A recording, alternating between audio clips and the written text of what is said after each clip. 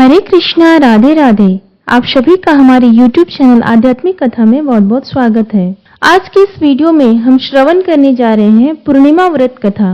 द्वापर युग में यशोदा माँ ने श्री कृष्ण से कहा, हे कृष्ण, तुम सारे संसार के उत्पन्न करता, पालनहारी और संहार करता हो। आज मुझे कोई ऐसा व्रत बताओ जिसको करने से मृत्यु लोक में भी स्त्रियों को विधवा होने का भय न रहे तथा यह व्रत सभी मनुष्यों की मनोकामना पूर्ण करने वाला हो। श्री कृष्ण कहने लगे, हे माता, तुमने अति सुंदर प्रश्न किया है। मैं तुम्हें ऐसे एक व्रत के बारे में विस्तार से बताता हूँ।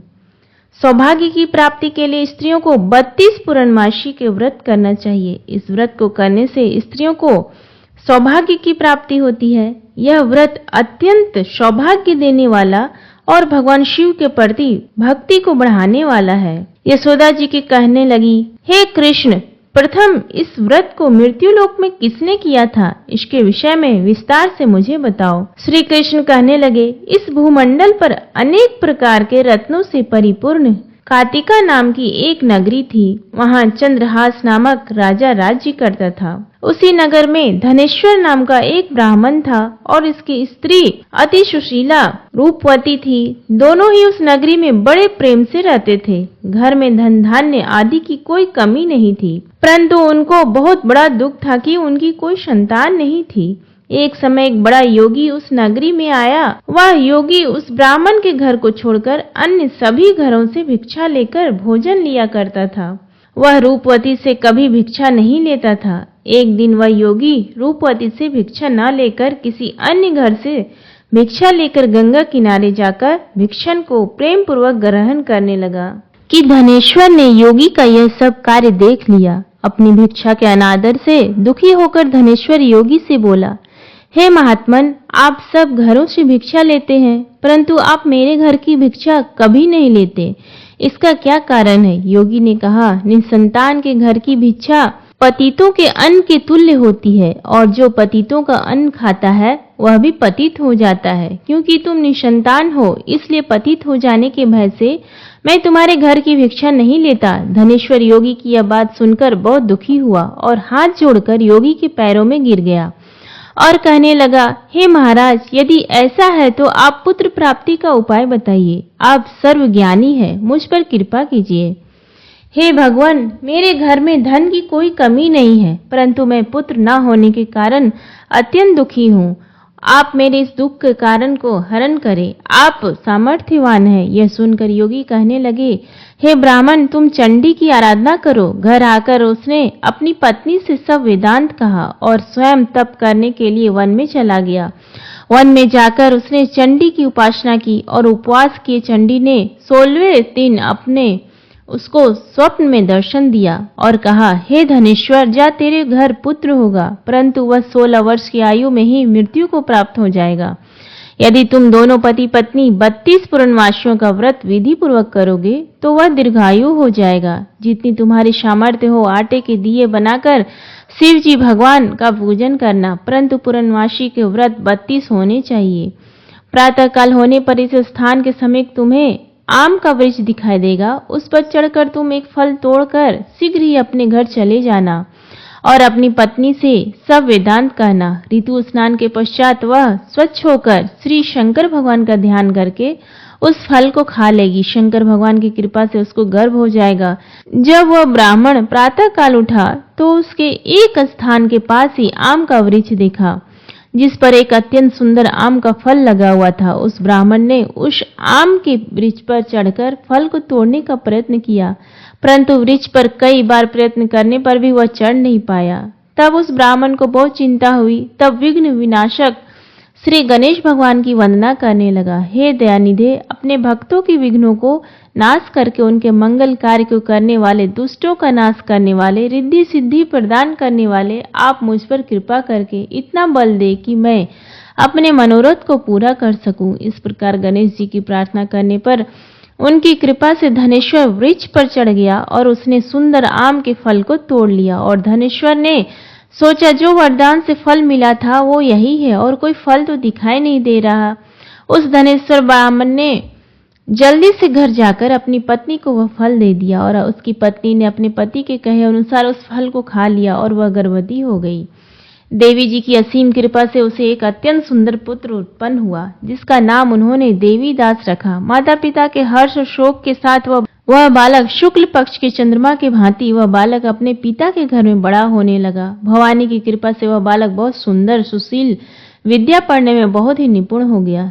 दुर्गा जी की आज्ञा के अनुसार उसके पिताजी ने 32 पूर्णमासी का व्रत रखना आरंभ कर दिया, जिससे उसका पुत्र बड़ी आयु वाला हो गया। 16वें वर्ष लगते ही देवीदास के माता पिता को बड़ी चिंता हो गई कि कहीं उनके पुत्र की इस वर्ष मृत्यु न हो जाए। इसलिए उन्होंने अपने मन में विचार किया कि यदि यह घटना उनके सामने हो गई तो वो कैसे सहन कर सकेंगे। इसलिए उन्होंने देवीदास की माँ को बुलाया और कहा, हमारी एक बहुत बड़ी इच्छा है कि देवीदास 1 वर्ष तक काशी में जाकर विद्या अध्ययन करे और उसको अकेला भी नहीं छोड़ना चाहिए, इसलिए साथ में तुम चले जाओ और 1 वर्ष के पश्चात इसको वापस ले आना। सब प्रबंध करके उसके माता पिता ने काशी जाने के लिए देवीदास को एक घोड़े पर बिठाकर उसके मामा के साथ भेज दिया, परंतु यह बात उसके मामा या किसी और से नहीं बताए। धनेश्वर तथा उसकी पत्नी ने अपने पुत्र की मंगल कामना तथा दीर्घायु के लिए भगवती दुर्गा की आराधना और पूर्णमासियों का व्रत करना आरंभ कर दिया। इस प्रकार बराबर 32 पूर्णमासी के व्रत को उन्होंने पूरा किया। कुछ समय पश्चात एक दिन वह मामा और भांजा मार्ग में रात बिताने के लिए किसी गांव में ठहरे हुए थे।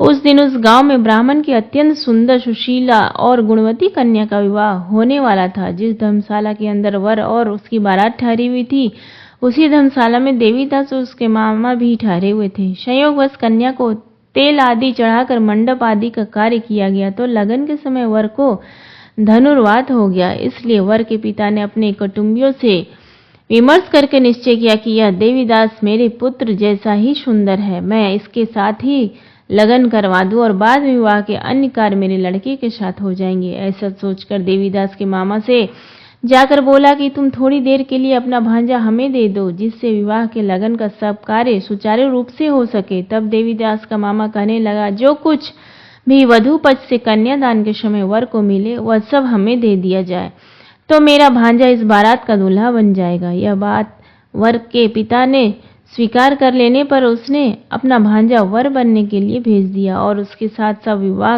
कार्य विधि पूर्वक संपन्न हो गए। पत्नी के साथ वह भोजन करने लगा तो अपने मन में सोचने लगा कि न जाने यह किसकी स्त्री होगी। वह एकांत में यही सोच सोचकर अपने कर्म श्वास छोड़ने लगा और उसकी आंखों में आंसू भी आ गए। तब लड़की ने पूछा कि क्या बात है, आप इतने उदासीन व दुखी क्यों हो रहे हो। तब उसने सब बातें जो वर के पिता और उसके मामा ने कही थी लड़की को बता दी। तब कन्या कहने लगी, यह ब्रह्म विवाह के विपरीत कैसे हो सकता है। हे देव, ब्राह्मण और अग्नि के सामने मैंने आपको ही अपना पति माना है, इसलिए आप ही मेरे पति हैं, आपकी ही पत्नी रहूंगी, अन्य किसी की कदापि नहीं। देवीदास ने कहा, ऐसा मत कहो, क्योंकि मेरी आयु बहुत कम है, मेरे पश्चात आपकी क्या गति होगी। इन बातों को अच्छी तरह विचार कर लो। परंतु वह दृढ़ विचारों वाली लड़की थी। वह बोली, जो आपकी गति होगी वही मेरी गति होगी। हे स्वामी, आप उठिए और भोजन कीजिए, आप निश्चय ही भूखे होंगे। तब देवीदास और उसकी पत्नी ने भोजन किया तथा शेष रात्रि वह सोते रहे। प्रातःकाल देवीदास ने अपनी पत्नी को 3 नागों से जुड़ी हुई एक अंगूठी दी, एक रुमाल दिया और बोला, हे प्रिय, इसे लो और संकेत समझकर स्थिर चित्त हो जाओ। मेरा मरण और जीवन जानने के लिए एक पुष्प वाटिका बना लो, उसमें सुगंधी वाली एक नवमल्लिका लगाओ और उसको प्रतिदिन जल से सींचा करो और आनंद के साथ खेलो कूदो और उत्सव मनाओ। जिस समय और जिस दिन मेरा प्रणात होगा यह फूल कुछ सूख जाएंगे और जब यह फिर से हरे हो जाए तो समझ लेना मैं जीवित हूँ। यह बात निश्चय करके समझ लेना, इसमें कोई भी संशय नहीं है। इतना कहकर देवीदास वहां से चला गया। प्रातःकाल होते ही वहां पर गाजे बाजे बजने लगे और जिस समय विवाह कार्य समाप्त करने के लिए वर तथा सब बाराती मंडप में आए तो कन्या ने वर को भली प्रकार से देखकर अपने पिता से कहा, यह मेरा पति नहीं है, मेरा पति वही है जिसके साथ रात्रि में मेरा पानी ग्रहण हुआ था, इसके साथ मेरा विवाह नहीं हुआ। यदि यह वही पुरुष है तो बताए कि मैंने इसको क्या दिया। वधू पक्ष और कन्या पक्ष कन्यादान के समय जो आभूषण आदि दिए गए थे वो दिखाया तथा रात में क्या गुप्त बातें मैंने इनसे कही वह सब सुना। पिता ने उसके कहे अनुसार वर को बुलाया। कन्या की यह सब बातें सुनकर वह कहने लगे, मैं कुछ भी नहीं जानता। इसके पश्चात लज्जित होकर वह अपना सा मुंह लेकर चला गया और सारी बारात भी अपमानित होकर वहां से लौट गई। भगवान श्री कृष्ण बोले, हे माता, इस प्रकार देवीदास काशी विद्यार्जन के लिए चला गया। जब कुछ समय बीत गया तो काल से प्रेरित होकर एक सर्प रात्रि के समय उसको डसने के लिए वहां पर आया।